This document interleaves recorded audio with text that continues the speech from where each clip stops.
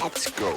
You're listening to Making Data Simple, where we make the world of data effortless. All right, listeners, I'm back in this. No, I'm back. We're going to have a good podcast today.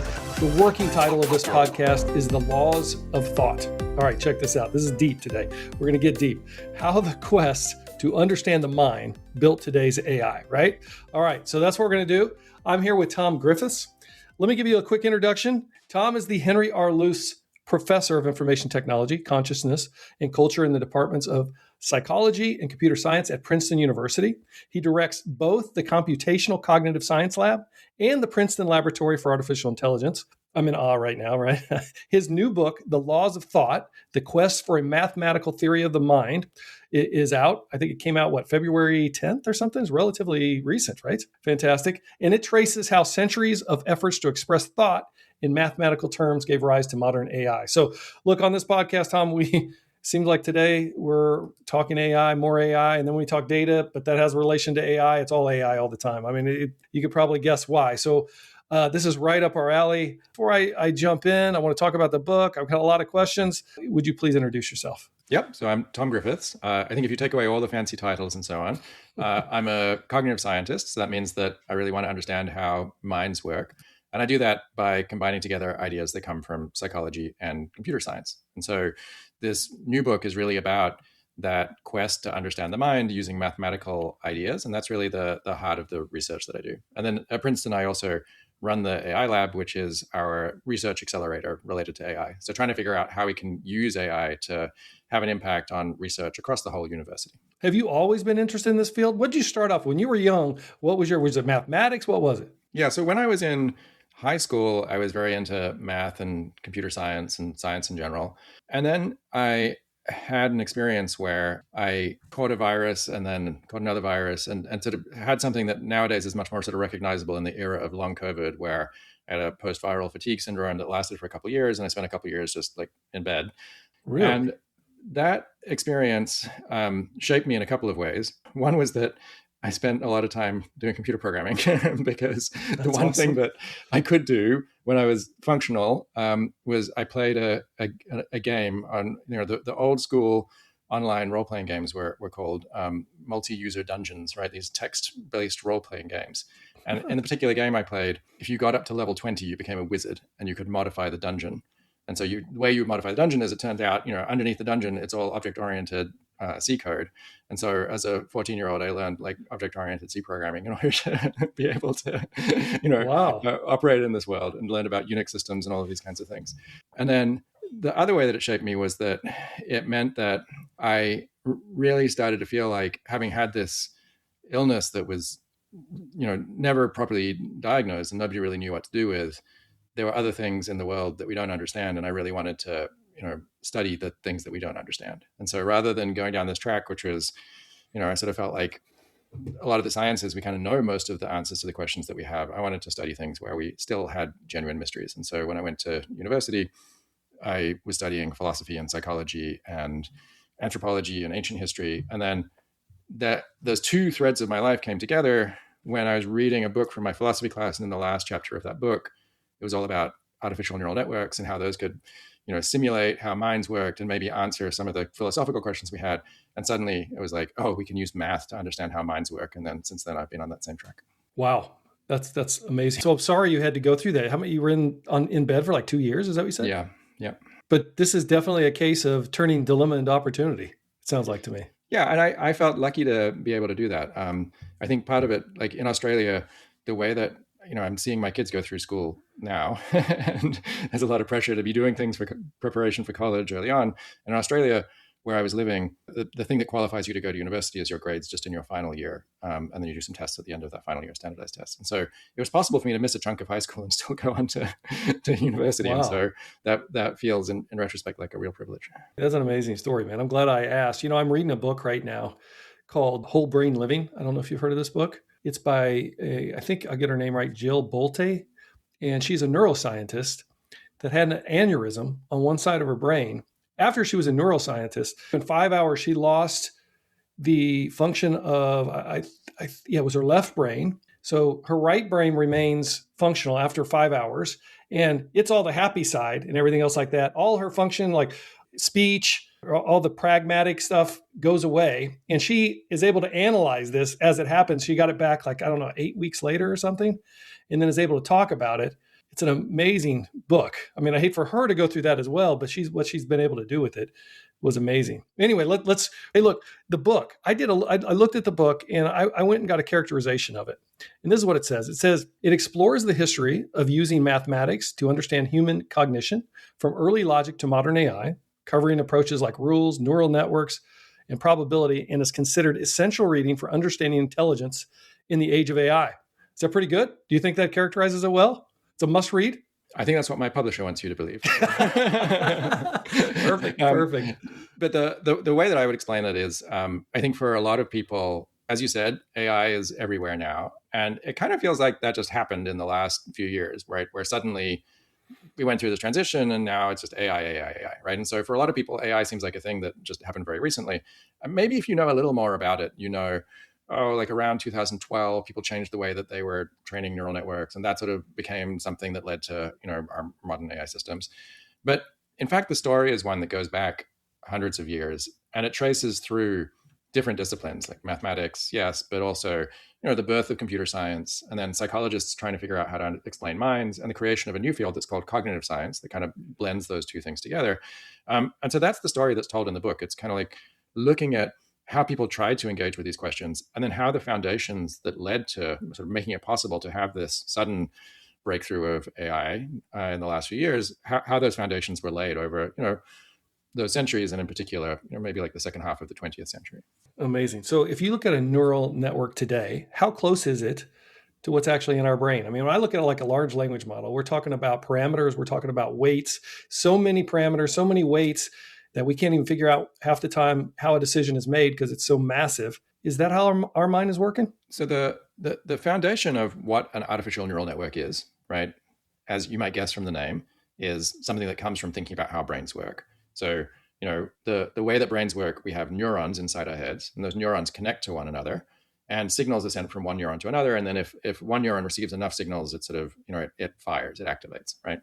And so those principles are instantiated in our artificial neural networks, where we say we're going to have nodes and we're going to connect those nodes together. And there's going to be weights that are along those connections. And then you're going to add up the weights that come into a particular node times the activations of the nodes. And you're going to use that to then determine the activation of that node and so on. And so that basic math is math that's inspired by how brains work. And if you go back to the origins of these artificial neural networks, it was really about looking at brains, trying to figure out what good learning principles were for brains, trying to translate those over into our neural networks.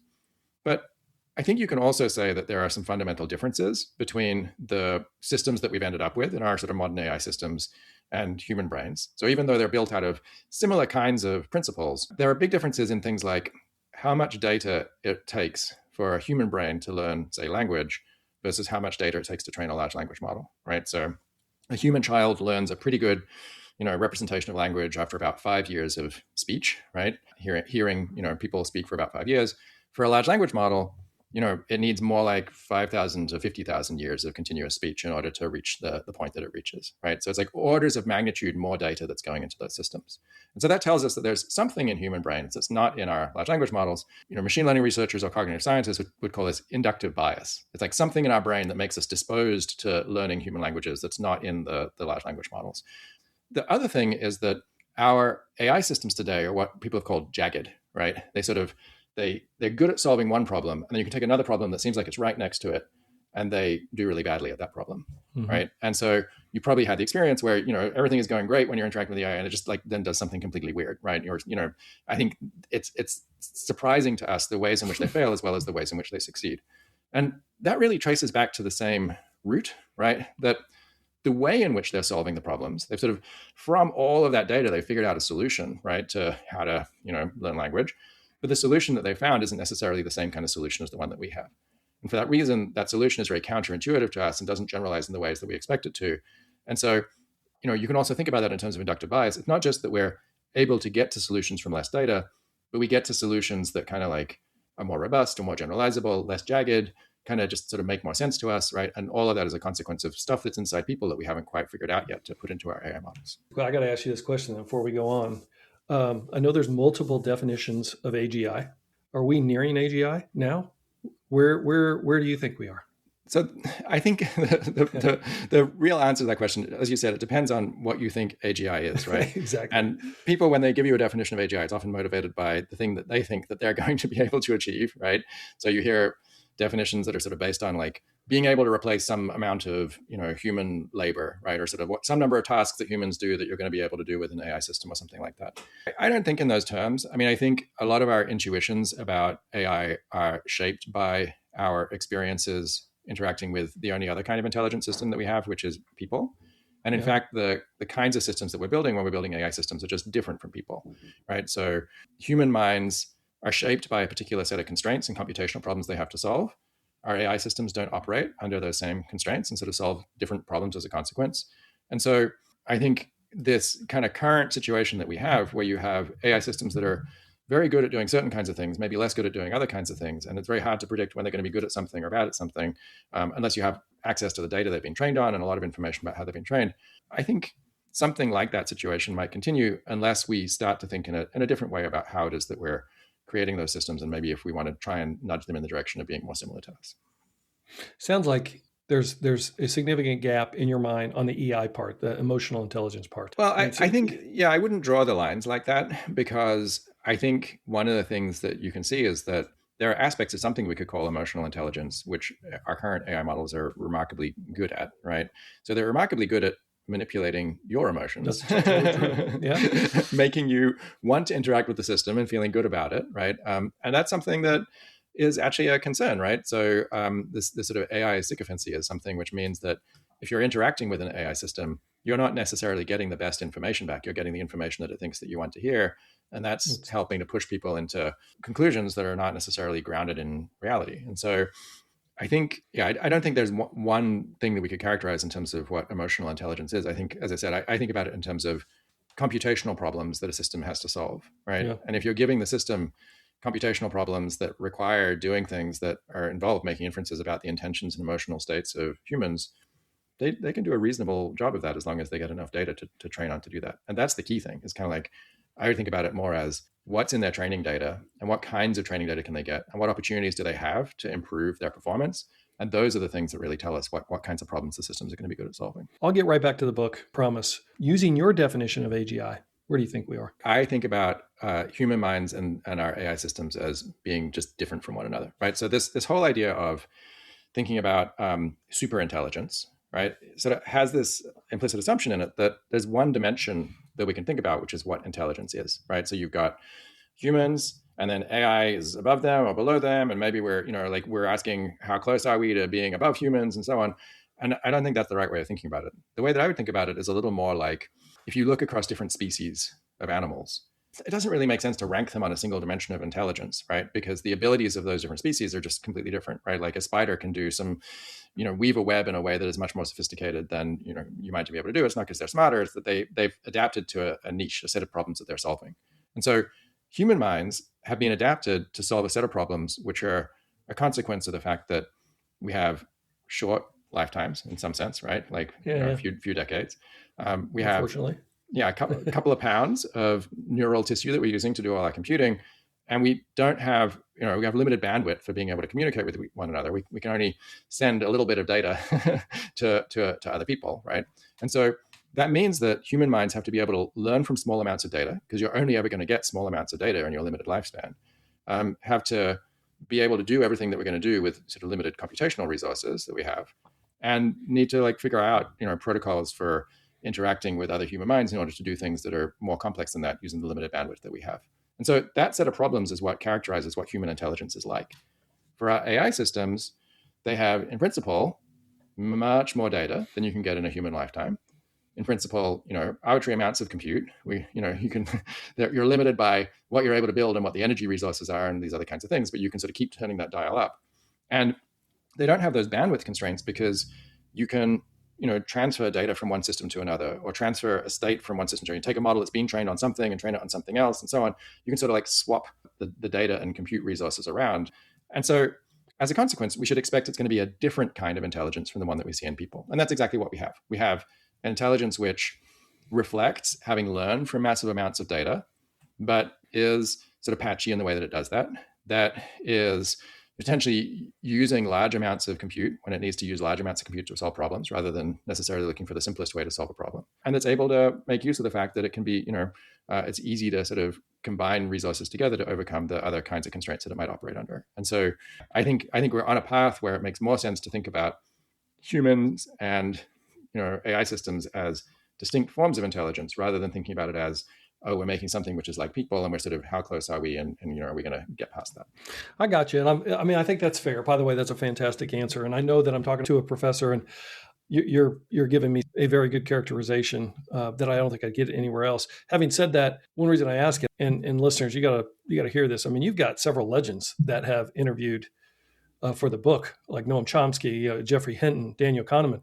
But one reason I ask it is because you got Jeffrey Hinton. I'm sure you've heard some of the interviews as of late that he's giving. And I find it interesting. I had a podcast not too long ago that usually the people that are like really designing the technology are out there saying, hey, everybody be calm. It's okay. This is like the Industrial Revolution.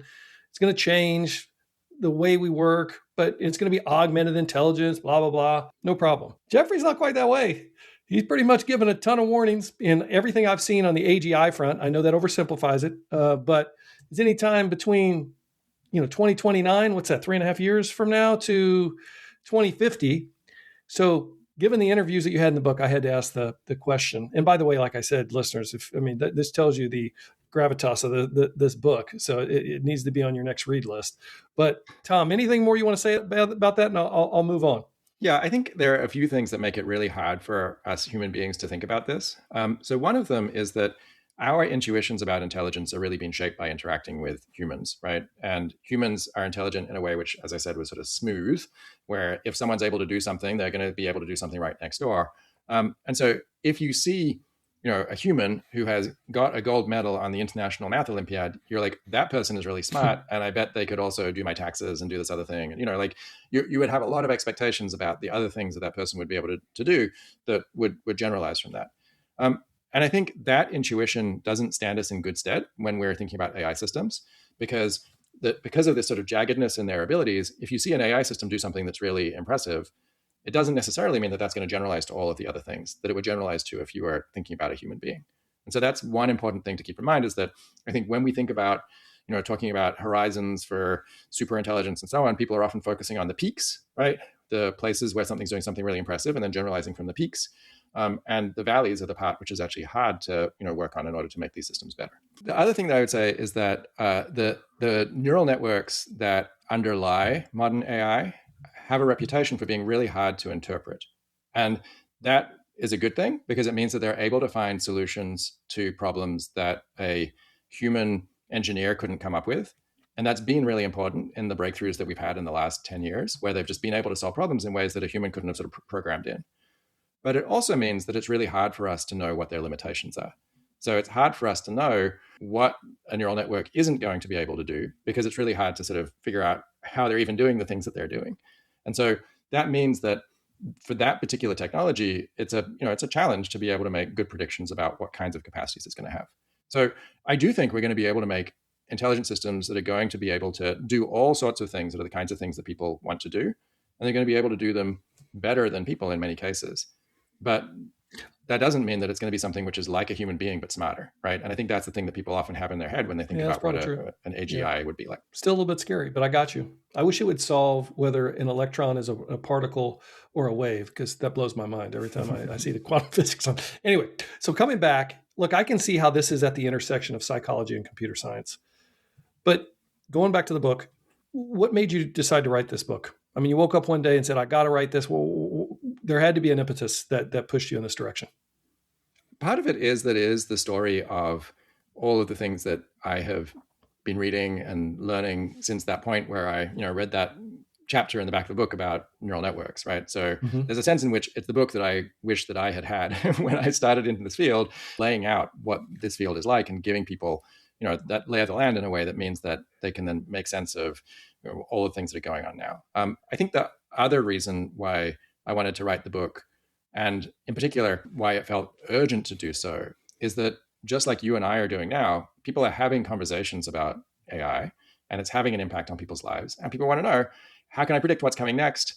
What are the things that are going to be the challenges for this kind of approach? And those questions are questions that we can answer by just putting what's happening now in more context, right? So if you know how a neural network works, and you know what the questions are that maybe those neural networks aren't going to be able to answer, and you know what the challenges have been for neural networks in the past and how those challenges were solved, and what the alternative kinds of approaches are that people have taken to understanding how minds work, it just gives you a better set of tools for being able to think about, oh, this didn't work. Why didn't it work? Maybe because of this. Oh, when I'm thinking about what's coming next, maybe I should be thinking about like this. You have a better sense of what some of the challenges are of current approaches and where the next ideas might be coming from. Look, let me ask you this. I think you've spoken a little bit about this. Look, I'm always thinking when I was in school, laws of nature, gravity, energy. You title it the laws of thought. Now, you've talked a little bit around it, but specifically, what are the laws of thought that you're trying to get across in the book? The title of the book comes from an idea that was really brought to fruition in the 19th century, which was that just as we can use mathematics to describe the external world, right? Mm-hmm. That's the laws of nature. Mm-hmm. We should be able to use mathematics to describe our internal world. And so people in the 19th century would talk about the laws of thought in the same way that we talk about the laws of nature. And the same people who wanted to figure out how the physical world works, and sort of using mathematics to do that, started out thinking about how to use mathematics to describe how thought works. It turned out that was a harder problem in some sense. It took, until the 20th century for us to really figure out what those principles were. But that's the where the title comes from. And then the association that most people have with that phrase, the laws of thought, is from the work of George Boole, who wrote a book called An Investigation of the Laws of Thought in the 1850s, that was really the first book that laid out the mathematical principles behind logic. He'd written a shorter book before that, and this was sort of the long version, but it was kind of the thing that became the sort of standard reference for how mathematical logic might work. And he also in that book wrote about probability theory. The sort of second half of that book is about probability. And so in some sense, if you're looking for laws of thought in the same way that we think about laws of nature, those two sets of mathematics, logic and probability theory, give us a description of what those laws might be like. And it's not something where you can say law number 1, law number 2, law number 3, and so on. There are sort of principles that come out of that. Things like Bayes' rule is one of the principles of probability theory that tells you how to update your beliefs. And then there's like particular logical arguments, something called modus ponens is a logical argument. You could think about sort of elevating those to the level of laws, but it's more sort of like, mathematical theories that tell us about how a certain aspect of thinking works. And then there's another set, which are more about what the consequences of that might be. And so that's more thinking about like, if we want to do things like explain how people generalize from one thing to another, it turns out there's a mathematical law that tells you how people do that. And it's like a mathematical law that you see in physics. It says, if you represent the two things as points in a psychological space, where distance in that space depends on the similarity between the things, generalization falls off as an exponential function of distance. And so that sounds very much like, it's called Shepard's universal law of generalization. It sounds very much like a kind of universal law of gravitation, right? Shepard was very much inspired by that. And so there are some of these mathematical principles we can pull out. And then there's also things like the learning rules, which we use in our neural networks, which tell us, fundamentally, there are two ways that you can learn, is one of the insights that the neural network people had. One way to learn is by learning based on correlations between things. The other way to learn is learning by the correlation between something and then whether or not you produce an error, right? So it's like learning from like learning something about the structure of the world in terms of which things are related is one kind of learning, and then learning about from mistakes is another kind of learning. So these are all things that I think you could think about as laws, yeah. But it's not quite the sort of systematic treatment that you get when you learn something like physics. I thought you were going to go into there's part of us that is looking at rules and symbols, then there's the neural network, then there's probability, there's statistics. I guess that's right. Yeah, so that's how I organize it in the book, right? Is in terms of these three sort of branches of mathematics, right? So there's rules and symbols. That's mostly logic and formal grammars. Spaces, features, and theories. And so that's sort of geometry and neural networks, which you can think about as a way of doing computing with spaces. And then probability and statistics, right? And that's using probability theory to express uncertainty. What do you want people to take away from this book when they read it, when they're done? Yeah, I think I want people to have the context of these modern ideas, right? The sense that it didn't come from nowhere, that there's a story behind these things, and a little bit of a sense of what the possibilities are when you're trying to think about, well, first of all, how human minds might work, but then also what some strategies might be in that space of artificial intelligence. When I'm meeting with clients a lot, I am in the field. I mean, a lot of times I say, look, this isn't magic. It is science. Although they'll pull it right back at me and say, well, then why can't we figure out what a lot of these models and neural networks are doing, kind of like where you went to, because they're so large. I mean, I guess how would you answer that? So I think we're in this very interesting place for computer scientists, where computer scientists are used to building things that they understand. And our modern AI systems are things that we built that we really don't understand, right? We really don't know why. It's kind of crazy, though, when you think about it, right? We're building something that we don't even understand, but we're still building it. Yeah, but the opportunity that creates is for people like me who are cognitive scientists and psychologists who have over 75 years developed a good toolbox for being able to study intelligent systems, to then be able to use those tools and then come and make sense of exactly what might be going on in those models, right? So if you think about the situation that computer scientists are in now, they are dealing with a system which is, it's got really complex internal structure, right? It's got like transformer circuits and all of these kinds of things. Not really clear what it's trained on unless you work at one of the big AI companies. And you don't necessarily have access to its internal workings. Again, unless you work at one of the big AI companies, you have to rely on some open source model that's been released so you can, maybe do some experiments on that. So it's some sort of like primitive ancestor of the the current sort of leading edge models. And so that situation is exactly the situation that we've been in psychology for a long time, right? You have this very complex thing you want to understand, human brains. We don't know exactly what any human brain has really been trained on. We have some vague ideas, but you don't have the whole record for anybody. If you wanted to intervene on that system, it's actually quite hard to intervene on that system unless you're friends with a neuroscientist, right? You have to go off and maybe intervene on some more primitive, ancestor of that system. And so the tools that we have for studying humans based on their behavior are tools that we can deploy in the same way to study our large language models based on their behavior, and give us insights into, what some of the biases of those systems are, how they differ from people, how they're similar to people, and what some of the risks might be when we're interacting with them. Man, this is a fascinating conversation. Really good. Let me ask you this. I mean, I know the idea of a neural network. I think most of our listeners, probably not all, but do understand neural network. They tend to be technical. But what's one thing you think that they don't get about it? What would be a surprise, I think, for most of the people listening that they're not considering? Anything come to mind? I have to think about that one. That's all right. That's why I asked it. I mean, I am curious. I mean, there's got to be something you look at and you say, most people don't get this. They're just like you said, we're programming something we don't really understand. So there's got to be some prizes in there that you've probably come on to, maybe even writing the book, talking with some of the people that you've talked to, that now you say, I wish people understood this.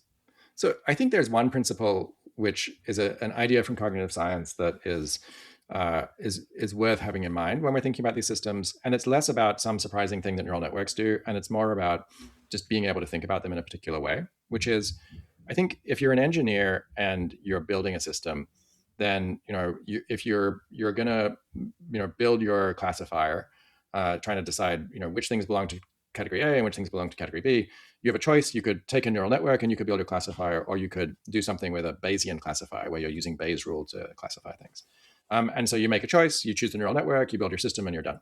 So cognitive scientists are interested in not just building systems. We're not trying to create a strategy you can have for understanding minds is by building minds, right? But we really want to understand how those minds work. And so from that perspective, it's actually useful to think about these systems operating at different levels of analysis. So there's the thing that you built, right? You built this neural network that did it, but you can still go back and analyze the behavior of that neural network from the perspective of something like Bayes' rule, right? So you can say, okay, I can take this system, and what this system has really done, because it's a general purpose neural network, is that it's learned how to classify things. And we know it's going to do a good job of that. And in fact, you can show if it gets enough data, it's going to find the optimal solution to that problem. And so that means that you can then analyze its behavior in terms of what the optimal solution to that problem looks like. And so some of what we do in my lab is actually using probability theory to go and explain the kinds of things that our neural networks are doing in ways that, even though they weren't built as Bayesian systems, it still makes sense for interpreting them. I can give you a simple example with large language models. So large language models, one of the most important steps in their training is that they're trained on next token prediction, what's called autoregression, right? So given a sequence of tokens or a sequence of words, they're predicting the next token, the next word or part of word that they're going to see. And they do a good job of solving that problem, but then that becomes the tool that they use to solve every problem that they encounter. And so if you give them a problem like, say, count the number of letters that appear in a sequence, they end up treating that problem like a prediction problem. And so they end up being sensitive to the probabilities with which different answers appear. And so if you ask, we wrote a paper about this called The Embers of Autoregression, which was a response to the Sparks of AGI paper about GPT-4. We showed that if you ask GPT-4 to count how many letters appear in a string, if the answer was 30, it would get it right about 80% of the time. But if the answer was 29, it would get it right about 20% of the time. Right? So this is classic sort of jaggedness, right? This seems like very similar questions right next to each other. It gets one right and one wrong. And the reason why is that the number 30 appears on the internet more often than the number 29, right? And so because they're biased towards producing responses that have high probability, then they end up doing better on something where the answer has higher probability and worse on something where the answer has low probability and there's a high probability answer right next to it. And so that's using the tools of probability theory, right, to be able to make a prediction about what the behavior of your neural network is going to be. And so even if you build something as a neural network, I think you can use other mathematical tools to be able to get insight into why it's doing the things it's doing. Reminds me of my wife. I downloaded some large language models on the machine so she can ask questions. So if she gets so mad they give one wrong answer, I said, people give wrong answers all the time. I mean, this is coming from people. So what do you expect? But she can't, I'm not using it. It's giving me bad information. I'm going to turn this back on you now. You had some really good interviewees for these books. Like I already said, Chomsky, Hinton. Man, that's amazing, by the way. Those are some of, I would say, my heroes in some sense. I love some of the books that they have. There had to be something when you interviewed them that changed the course of your thinking or the book. What changed you? What did you learn? So for all of the people that I interviewed, there are people who have been very influential, obviously, in these fields. And one of the questions that I asked people was, when you were doing this work, did it seem particularly important at the time, right? Was there something that was different about that particular paper relative to other things? And one of the interesting answers that I got was, it wasn't necessarily obvious that something was more important than other things that they had done, but often the thing that made the difference was that they spent more time writing the paper and they spent more time trying to make it as simple as possible, right? And so part of Einstein theory, yes. Yeah, that's right. Part of what made those ideas so influential was that they did such a good job of communicating them that it meant that other people could understand them and immediately see how they applied to the problems that they were solving. And Daniel Kahneman even took this one step further, which was that he would not even work on anything unless it was simple, right? So if he couldn't, in a single sentence, explain, why something was interesting, he just wouldn't work on it at all. That guy's, man, he's amazing. Pain before gain. There's so many things I learned from that guy. Anything else that changed your course that said, all right, you were heading down, this path, and you said, no, you took a fork in the road because you said, no, she just changed your way of thinking. I think the other thing that I got, not necessarily out of the interviews, but out of reading these stories, is that for a lot of the people who had fundamental breakthroughs, it was really a consequence of taking something that might have been a kind of unpopular idea and then just being kind of obsessed with it for reasons that didn't seem necessarily rational, right? So this was true both for Rosenblatt, who was the person who created the first sort of neural networks that could learn to solve problems, as well as for Rumelhart, who worked with Hinton together to solve some of the challenges that Rosenblatt's original neural networks faced. And so what had really happened was that people had sort of got interested in neural networks as a consequence of Rosenblatt's work. And then there was some other work that sort of suggested that there were limitations to that approach. And so people got less interested. So the computer scientists sort of moved away from those ideas. But then the psychologists picked them up, right? And so Rumelhart, who was a psychologist, started thinking about this in the context of psychology. And so it was this kind of back and forth between different disciplines where an idea that's an unpopular idea in one discipline seemed like maybe it solved a problem in another discipline. And then just by kind of like getting fixated on that thing, people were able to then work out how to solve that problem when it was no longer something where, it necessarily had any stakes beyond, really wanting to answer the scientific questions that they had. And so that's something that I think about in my own work too, where I think it's very easy for us to get caught up in what's the current hot topic, right? And, that's a good strategy in terms of making short-term gains in research. But the other thing I try and ask myself is like, what's the currently unpopular idea that's going to be the thing that's really, if we could make a breakthrough there, it would be something that would really make a long-term difference. Kate, are you hearing what I'm hearing? Is this not fascinating? What a great conversation. I have Kate a question. Main is my producer, folks, just so you know, if you don't know, she's the best. And yeah, I wanted you to ask a question because I know you've been listening in. I have. This has been just so fascinating. Thank you very much for sharing all of your insight and all of your thoughts so far. It's been great. What keeps coming back in my mind is decision-making versus probability. How do those intersect and intertwine? Because I think about AI, and it's not making a decision, even though it feels like it's making a decision. In my mind, there's no decision making there. And yet with people, we have to make decisions every day. And I'm constantly fascinated by the trade-offs we do and what we're seeing and what inputs we're taking in order to make whatever happens the right decision, whether it's what you choose for dinner or your business strategy or so on and so forth. So could you talk to me a little bit about that intersection between decision making and probability?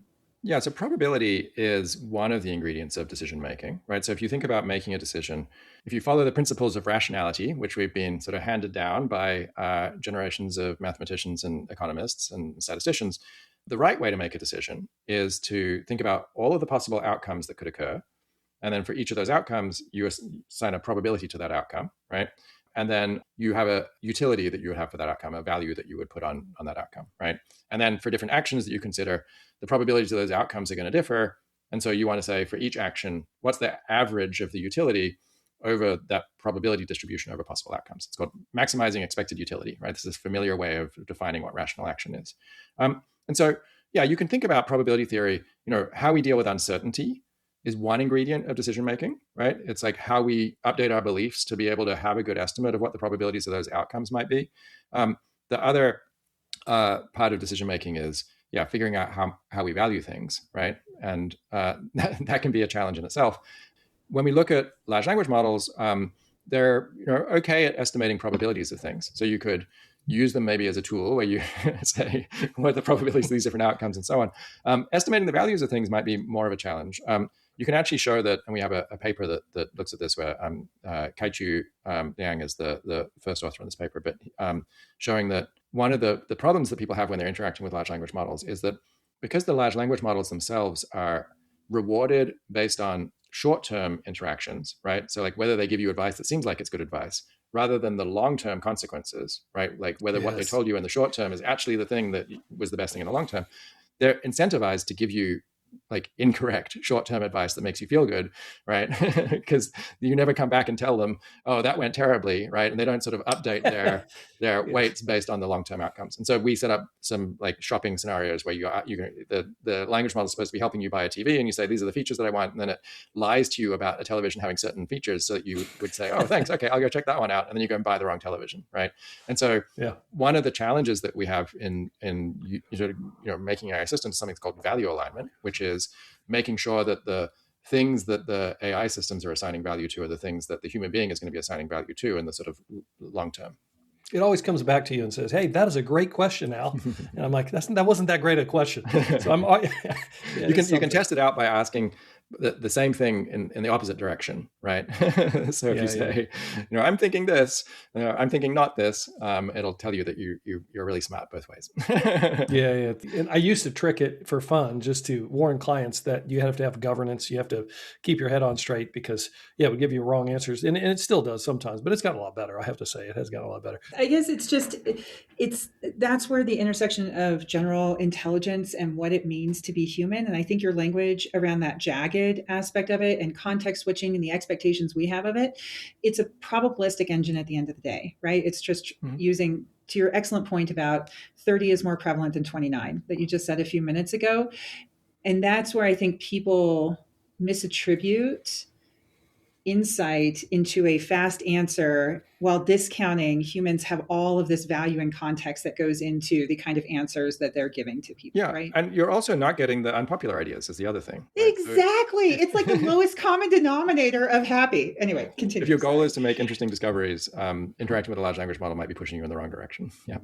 Because I've not yet found the language I want to use to describe this, and you probably have amazing words around this, but it's like it flattens our thinking to this common level because it's just surfacing the most likely stuff stuff. So you're not getting innovative. And then when you're talking about how you can dial in the temperature and everything like that on the models themselves, it's oriented to be the most ubiquitous kind of answer, which is fine for researching TVs. It may not be appropriate for all situations. Yeah, if you want to try and push it into unfamiliar spaces, there are some tricks that you can do to do that, right? So, do tell. Tell me. You can, basically what you want to do is, it's producing a response that's conditioned on the text that you've put in, right? And so you want to give it something which is a strong constraint on the answer that it would produce, but is a relatively arbitrary constraint, right? So one strategy that we use for doing this is generating prompts where they have a lot of specific details, but those specific details are chosen randomly.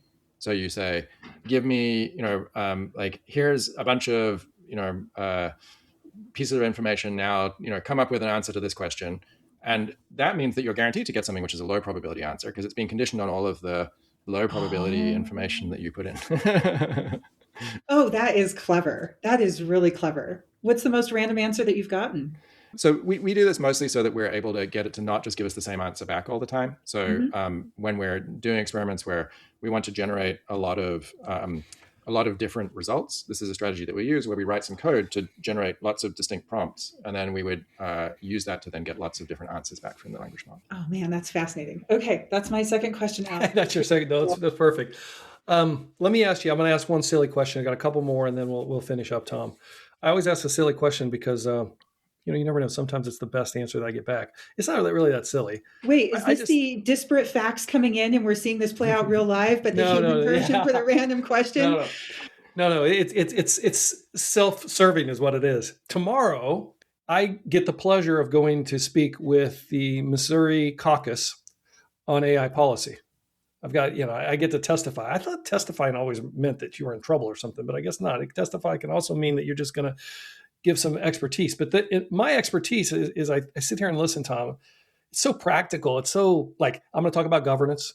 I'm going to talk about ethical AI, infrastructure you need around AI, probably sovereign AI, the concept of sovereign AI. And I'm thinking maybe I should, probably have to talk about those things, but maybe I should take it in a different direction to get them to think differently. If you were in my place, what would you want to talk about? What would you bring up? I know that told you it's a silly question. Right, if you don't want to answer, you don't have to answer if you don't want to. And I love, Al, how you're having him do your cool opening intro right there. I'm ready to take notes. Go ahead, hit me. I guess not. I can't get anything from you on that one, just a little bit. No, probably not. Well, what do you want to tell governments in general, based on what you've learned? Yeah, so, I think the main things that I would say are just that, first of all, the intuitions we have about AI are often wrong, right? Because they're based on the intuitions we have about people. And second, that doesn't mean that we can't make progress in understanding how the AI systems work, but we have to use a lot of the tools that we've developed studying people to allow us to really be able to go out and measure some of the weird things that they do and really understand how it is that they're different from us. It's pretty good. See, I pushed it and I got the answer. Nicely done, Tom. Now I know I took notes. I'm going to use that tomorrow. Thank you so much for being here. This has been super fascinating. Kate, you did wonderful in finding great guests. Thank you, Tom Griffiths, for being here. Professor Tom Griffiths. This is amazing. I really enjoyed it today. So I thank you for your time. Podcast listeners, thank you. As always, hit us on almartintalksdata@gmail.com. We'll hit you on the podcast next. See you. Bye-bye.